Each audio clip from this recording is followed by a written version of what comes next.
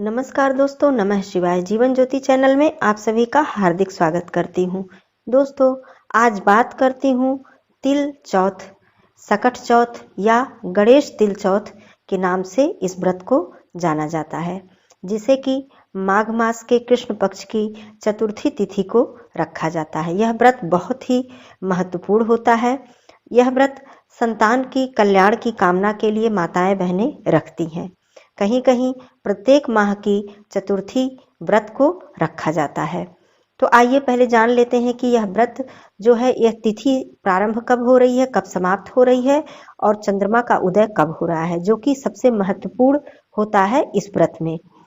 तो 10 जनवरी 2023 को यह व्रत रखा जाएगा और इसकी तिथि प्रारंभ हो रही है, चतुर्थी तिथि 12:10 दोपहर से, और 11 जनवरी 2023 को 2:30 दोपहर को यह तिथि समाप्त हो जा रही है। तो हमें रात्रि व्यापिनी तिथि 10 जनवरी को मिल रही है, तो इसलिए इस व्रत को 10 जनवरी को रखा जाएगा। और चंद्रमा का जो उदय होना है वह रात में 8:13 पर उदय होना है। कहीं कहीं कुछ 2-4 मिनट 10 मिनट का फर्क हो सकता है जगह के हिसाब से। आप लोग अपनी अपनी जगह पर इस बात को ध्यान दीजिएगा इस बात का, लेकिन मुख्य रूप से 8:13 पर चंद्रमा का उदय होने वाला है। मुख्य बातें क्या क्या हैं इस व्रत में? सबसे पहले तो इस व्रत में शुरू से लेकर मैं सुबह से लेकर शाम तक के पूरे नियम को आसानी से बताऊंगी।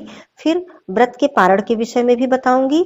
और ये सारे जो नियम हैं वो ज्यादातर मुख्यतः यही नियम मान्य होते हैं, परंतु अपनी अपनी जो नियम है, परंपरा है, आप लोग अपने बड़े बुजुर्ग से जरूर एक बार इस बात का ध्यान जरूर दीजिएगा और इस बात को जरूर समझ लीजिएगा।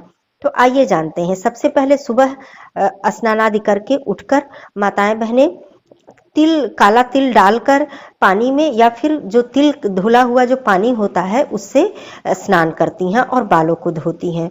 तो मंगलवार के दिन यह व्रत पड़ रहा है, उसके पहले सोमवार है, तो सोमवार को बालों को नहीं धुला जा सकता है, तो मंगलवार को बाल को आप लोग धुल सकते हैं, क्योंकि वैसे भी तिल के पानी से बाल को धुलना अनिवार्य होता है। यदि बृहस्पतिवार या शनिवार पड़ जाता है तो हम लोग एक दिन पहले ही बाल धुल लेते हैं और उस दिन तिल के पानी को बालों को थोड़ा सा बालों को भिगा लेते हैं तिल के पानी से।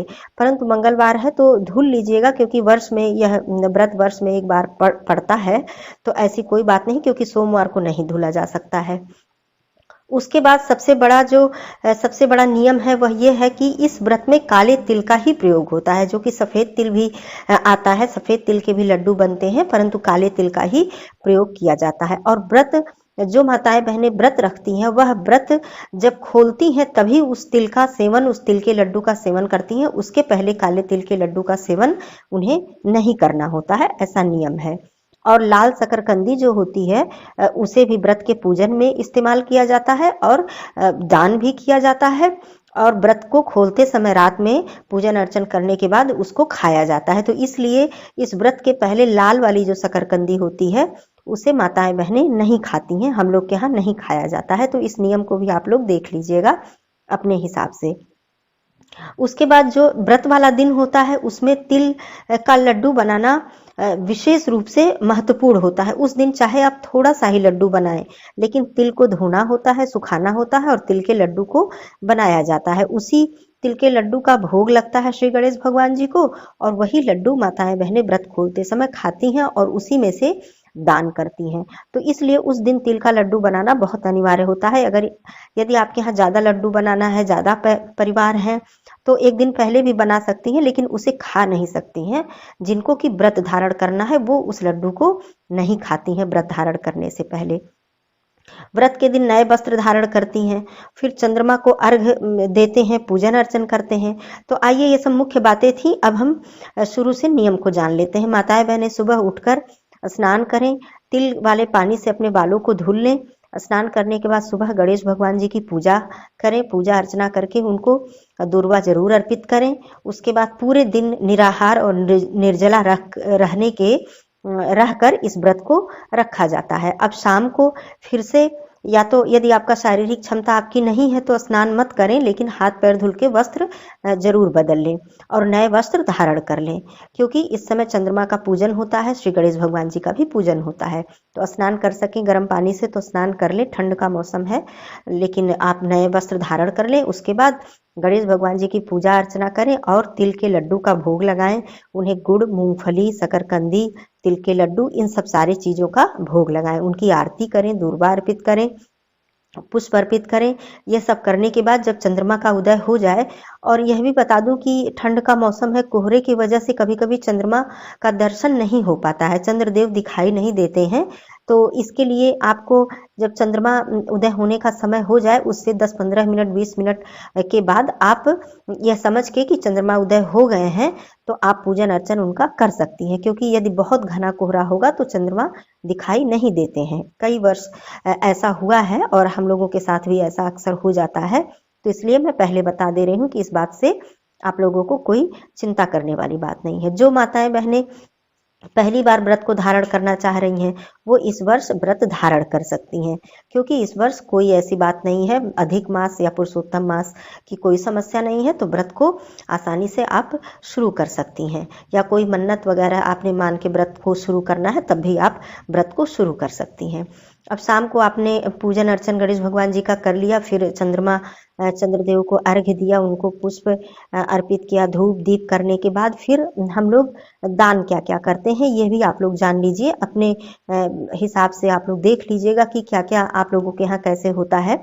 हम लोग को जो दान करने का मुख्य जो सामग्री है वह चावल का आटा होता है, यह बहुत ही जरूरी होता है, चावल का आटा, और कद्दू, तिल के लड्डू जो कि मैंने बताया है, मूंगफली, लाल वाली शकरकंदी, आलू, जो लाल वाले आलू होते हैं, एक आलू सफेद होता है, एक थोड़ा लाल उसके छिलके होते हैं, तो वो वाले आलू हम लोग दान करते हैं, गुड़ दान करते हैं।